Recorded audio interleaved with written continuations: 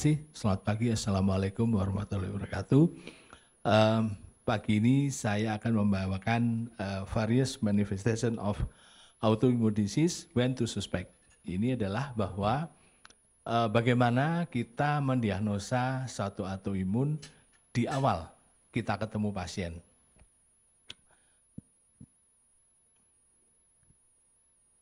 Ya, jadi bahwa autoimun itu apa sih?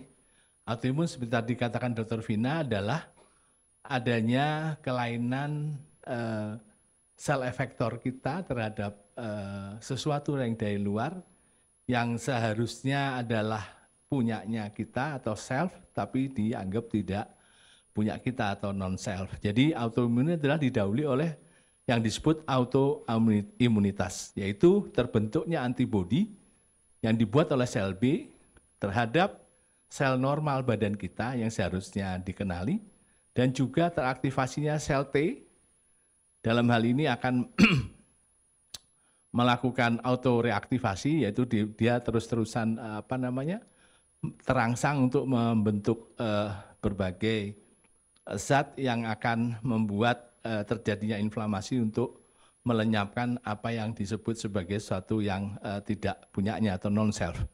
Jadi suatu penyakit autoimun adalah proses autoimunitas yang sudah berlangsung lama dan kemudian menyebabkan terjadinya inflamasi dan kemudian merusak jaringan.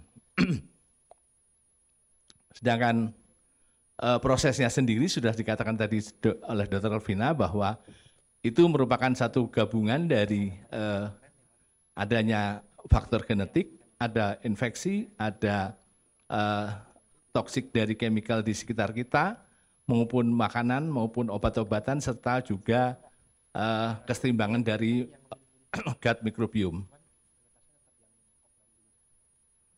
Prevalensi tadi sudah dikatakan sebelumnya bahwa prevalensi sekitar 5-10% tadi ya, kalau saya baca di buku sampai 5-8% juga, itu tergantung juga dari mungkin makin rusaknya lingkungan juga ini akan membuat jadi lebih tinggi. Itu dari populasi ada menderita penyakit autoimun. Tadi bahwa wanita lebih banyak daripada pria, tetapi rasionya kurang lebih adalah 3:1, akan tetapi juga bisa juga akan lebih tinggi. Pada autoimun tertentu seperti SLE, seperti tiroiditis Hashimoto sering muncul pada usia reproduktif, akan tetapi sebagian pasien juga bisa terjadi pada anak-anak dan orang tua. Besar masalah dari prevalensi penyakit ini dibandingkan penyakit lain, penyakit autoimun itu sekitar 3%-an lah kira-kira dari populasi penyakit, dan tidak jauh dari kanker, di mana memang masalah metabolik masih lebih tinggi jauh dari penyakit ini. Dan seperti yang dikatakan tadi bahwa penyakit autoimun adalah mempunyai berbagai jenis, macam, banyak sekali, bisa ada 100 tapi juga bisa ada yang bilang 80, dan mulai dari otak sampai ujung kaki kali ya, tulang-tulang ya. Jadi seperti otak biasanya ada multiple sclerosis, ada Guillain-Barré, kemudian di paru-paru ada fibrosis, kemudian ada Wagner granulomatosa, kemudian ada bisa kena tiroid, tiroiditis Hashimoto, atau kena kulit misalnya vitiligo maupun psoriasis. Kalau kena di saluran cerna misalnya IBD, dan kemudian di darah kita lihat ada hemolytic anemia, ya. Nah, ini tadi sudah saya kira saya lewat. Nah, kemudian untuk prevalensinya kalau di Amerika 10 penyakit terbanyak di penyakit autoimun di Amerika itu di nomor satunya Hashimoto. Kemudian ada Graves, ada RA dan lain-lain. Tapi ini juga bisa berubah karena penelitian ini tahun 97 ya. Dan di Indonesia sendiri angka seperti ini juga belum ada, dan seperti saya katakan tadi bahwa wanita akan lebih banyak daripada pria, namun hal ini tidak selalu sama seperti pada diabetes mellitus tipe 1, wanita dan pria itu sama saja. pada ankylosing spondylitis juga pria lebih banyak daripada wanita. Jadi tidak selalu wanita lebih banyak, tapi sebagian besar memang wanita lebih banyak. Dan kalau kita lihat dari perjalanan penyakit autoimun itu sendiri, bahwa mulai orang dari yang dikatakan sehat, kemudian terjadi autoimmunity tadi, yaitu di mana terbentuknya autoantibody dan juga adanya sel T yang autoreaktif, yaitu menyerang sel-sel sehat kita sendiri yang dianggap asing. Namun ini hanya belum terjadi klinis, ya. Jadi yang kita tahu di autoantibody yang timbul, misalnya kita mendiagnosa, oh ini orang ini kemungkinan autoimun, terus kita cek autoantibodinya positif, tetapi klinisnya tidak ada, itu mungkin sebagai pada stadium yang disebut autoimmunity ini. Nah, kemudian setelah bertahun-tahun autoimmunity itu berlangsung, maka timbul klinis, yaitu kerusakan jaringan, yaitu karena inflamasinya meluas, di mana yang kita sebut sebagai penyakit autoimun, disease. Nah, setelah disease awal kemudian akan berlangsung terus karena autoimun tidak sembuh, dan kemudian timbul yaitu sebagai flare dan remisi. Ya, target dari pengobatan kita adalah membuat remisi sepanjang mungkin. Itu adalah perjalanan dari sehat sampai terjadinya penyakit autoimun. Oleh karena itu, kalau kita menemukan hanya autoantibody, tidak ada klinis, jangan sebut itu sebagai penyakit autoimun. Dan kemudian ini adalah keluhan yang sering timbul pada penderita autoimun apapun jenisnya. Yang pertama adalah kelelahan. Bahwa satu penelitian di Amerika tahun 2015, 98% orang dengan penyakit autoimun mempunyai keluhan kelelahan. Dan kemudian kalau ditanya orang-orang autoimun ini, kelelahan itu merupakan satu masalah yang besar, dan kelelahannya itu membuat dia tidak bisa ngapa-ngapain dalam hal melakukan sesuatu yang sederhana saja. Dan kemudian sebagian besar juga 59% mengatakan bahwa satu kelelahan ini adalah sesuatu yang masalah yang paling besar pada penderita autoimun. Kemudian gejala lain yang juga sering timbul pada semua penderita autoimun adalah demam yang ringan disertai dengan malaise atau perasaan tidak nyaman, lelah, dan gelisah.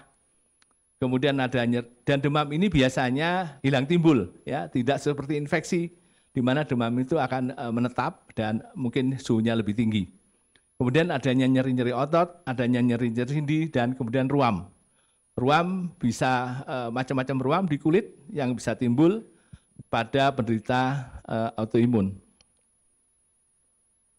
Kemudian selain gejala yang sering tadi, ada beberapa gejala juga yang cukup sering juga dikeluhkan oleh penderita autoimun, adalah kering mulut, kering mata, mati rasa atau baal di badan, terutama di ekstremitas biasanya, rambut rontok, fotosensitif.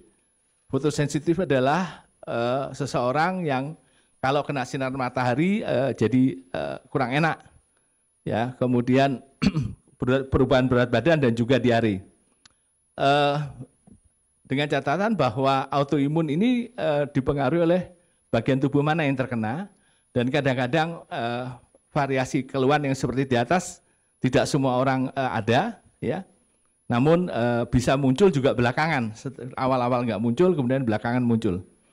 Dan kemudian sifat autoimun biasanya adalah hilang timbul, hilang adalah remisi, timbul adalah flare up. Itu bila sudah terjadi penyakit autoimun. Kemudian rasa lelah, itu biasanya kadang-kadang disertai rasa lelah mental juga, susah konsentrasi, sering lupa, tidak bisa berpikir jernih, kemudian lambat berpikir, dan itu semua gabungan ini disebut sebagai brain fog. Kemudian setelah kita mengenal mengenai gejala yang umum tadi, kita juga harus mengenal mengenai gejala-gejala yang spesifik untuk satu penyakit autoimun.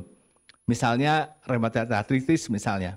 Nyeri sendinya harus simetrik, ya. Ada pembekakan, ada kekakuan, terutama pagi hari, ya. Kemudian kalau diabetes tipe 1 ya seperti orang diabetes, kita melihat adanya gula yang tinggi, kemudian rasa haus, rasa lapar, ya, kemudian buang air kecil yang berlebihan, ya, kemudian penurunan berat badan.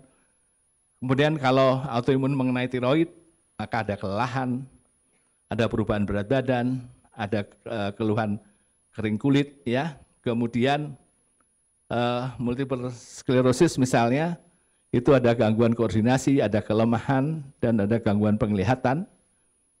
Kemudian lupus, seperti tadi Dr. Vina katakan, utamanya yang paling sering patognomosnya adalah gambaran diskoid di muka, yaitu gambaran kupu-kupu merah di muka, ruam di muka, kemudian nyeri-nyeri sendi, ya. Kemudian juga kalau kena ginjal, seperti tadi Dr. Vina katakan, kadang-kadang terjadi udim.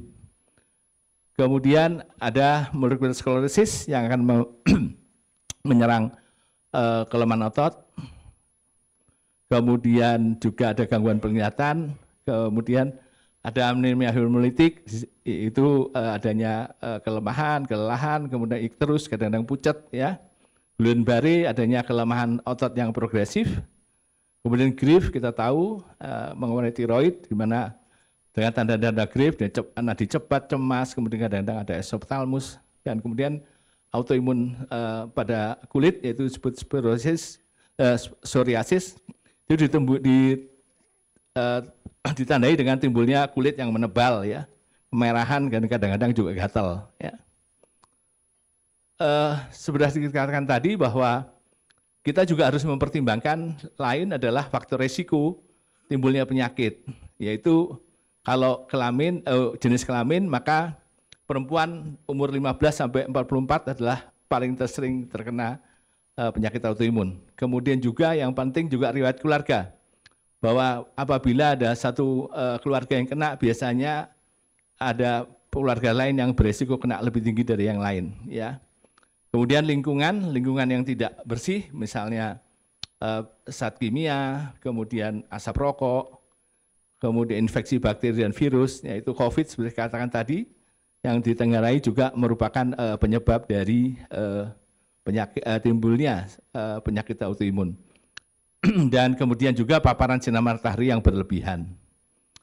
Kemudian faktor etnis juga bisa mempengaruhi meningkatkan resiko, misalnya orang kulit putih atau orang Eropa Amerika sering mengenai penyakit autoimun otot, sedangkan lupus biasanya sering pada Afrika, Amerika, dan Hispanik maupun orang Latin. Untuk beberapa nutrisi juga ditenggarai mempunyai resiko untuk mendapatkan penyakit autoimun, dan kemudian juga masalah kesehatan, di mana obesitas itu merupakan satu resiko untuk mendapatkan penyakit autoimun, dan juga adanya satu penyakit autoimun yang lainnya. Dalam hal ini misalnya adalah orang mempunyai vitiligo, dan kemudian mungkin vitiligo bagi dia cuma satu kelainan di kulit yang tidak ada apa-apanya, dan sometimes dia akan ngeluh lagi, ya seperti tadi, bahwa mungkin ada nyeri sendi, ada rambut rontok, ada yang lain, dan kita harus mencari penyakit autoimun yang lain, dan kemungkinan besar beliau menderita penyakit autoimun itu besar karena sebelumnya sudah punya vitiligo misalnya. Seperti katakan tadi bahwa untuk mendiagnosis penyakit autoimun awal-awal memang agak sulit, ya. Apalagi kalau yang terkena berbagai macam organ, ya. Dan seperti lazimnya penyakit yang lain, bahwa autoimun diagnosis dapat ditegakkan melalui riwayat penyakit atau klinis, kemudian finans fisik, kemudian ada pemeriksaan pembantu, di mana kita bisa memeriksa darah, biopsi, maupun melakukan ronsen foto, maupun mungkin scanning. Beberapa pemeriksaan laboratorium untuk mendiagnosa penyakit autoimun, yang pertama adalah autoantibody, yang sudah dikatakan tadi. Kemudian kita juga bisa melihat adanya tanda-tanda inflamasi melalui laju endap darah, ferritin, maupun C reaktif protein, ya. Dan kemudian juga kita juga seperti tadi urine analysis kita periksa, dan lain-lain lagi adalah mengenai metabolik. Ya, sudah katakan tadi Dr. Alvina bahwa penyakit metabolik ini juga akan bisa memperberat dari penyakit autoimun itu sendiri. Kemudian pemeriksaan antibodi, berbagai macam pemeriksaan antibodi yang sudah bisa diperiksa di Indonesia, seperti tadi ANA ada 2, ada ANA IF, tadi ada ANA profil, di mana akan lebih spesifik. Kemudian ada lagi ANCA, juga sudah diperiksa di Indonesia, anti DSNA juga sudah bisa di Indonesia, anti CCCP untuk remato juga sudah bisa, anti histon. Kemudian juga antibodi anti-nuclear intractable ini adalah biasanya kita sebut sebagai ANA profil di Indonesia, di mana kita bisa memeriksa anti SSA, anti TSB, dan lain-lain. Kemudian rheumatoid factor. Nah, perbedaan antara ANA-IF dan ANA-profil, ANA-IF adalah antibodi terhadap inti sel saja, sedangkan ANA-profil itu lebih spesifik lagi untuk mengidentifikasi antibodi ANA yang seperti apa untuk melihat satu penyakit autoimun. Nah, ini adalah pemeriksaan ANA yang lebih spesifik, yaitu kita sebut sebagai tadi ANA profil tadi. Itu seperti anti DSNA, itu nanti ekuivalen dengan lupus. Kemudian anti SM bisa dengan lupus juga dengan MCTD. Kemudian hal lain misalnya anti SSB, ini biasanya untuk Sjogren syndrome, atau untuk lupus juga bisa. Kemudian yang lain-lain ada. Dan hal itu juga bisa kita mencari kira-kira penyakit autoimun apa yang terjadi pada seseorang, seperti diagram ini. Dan juga kalau kita interpretasi dari CRP misalnya, itu bahwa tidak karena peningkatan CRP itu banyak bisa disebabkan oleh penyakit lain, maka penyakit autoimun biasanya range-nya adalah 1 sampai 10. Di atas itu mungkin kita juga harus berpikir apakah ini satu infeksi atau sebagai yang lainnya. Sedangkan di bawah itu juga ada hal-hal lain yang mesti kita pikirkan, apakah ini memang satu autoimun atau penyakit yang lain. Kemudian ferritin, ini adalah juga satu pertanda untuk inflamasi, di mana nilai normalnya pria dewasa dan wanita dengan usianya juga akan berbeda, dan ini juga membantu kita untuk melihat apakah ada inflamasi apa tidak pada satu penderita yang kita sangka autoimun. Kemudian ada beberapa autoantibodi yang juga spesifik organ, misalnya untuk koagulasi, yang kita kenal ada lupus antikoagulan, ada antibodi beta-2 glikoprotein, kemudian ada antiphospholipid, ada antibodi antiphospholipid, dan lain-lain. Saya kira ini bisa nanti dibaca. Nah, kemudian kapan suspek atau kapan kita mencurigai? Yang pertama adalah kalau gejala itu menetap dan tidak dapat dijelaskan. Dalam artian adalah kita sudah mengenal dari dulu dengan pendidikan kita tahu penyakit-penyakit itu mempunyai ciri khas sendiri gitu ya. Jadi kalau kita lihat itu tidak, dan kemudian keluar berulang dan menetap, itu kita juga harus berpikir jangan-jangan ini suatu autoimun.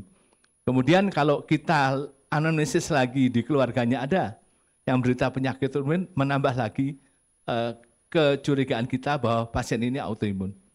Kemudian yang paling penting lagi kalau ditemukan autoantibodi, ya, dan kemudian ada tanda-tanda radang.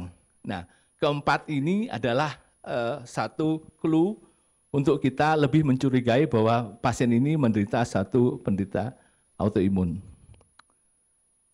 Ya, saya kira ini slide terakhir, simpulan bahwa memang untuk mendiagnosis satu autoimun memang agak sulit karena banyak gejala, dan kemudian gejalanya juga tidak khas untuk satu penyakit autoimun karena penyakit yang lain juga bisa mengeluhkan hal yang sama.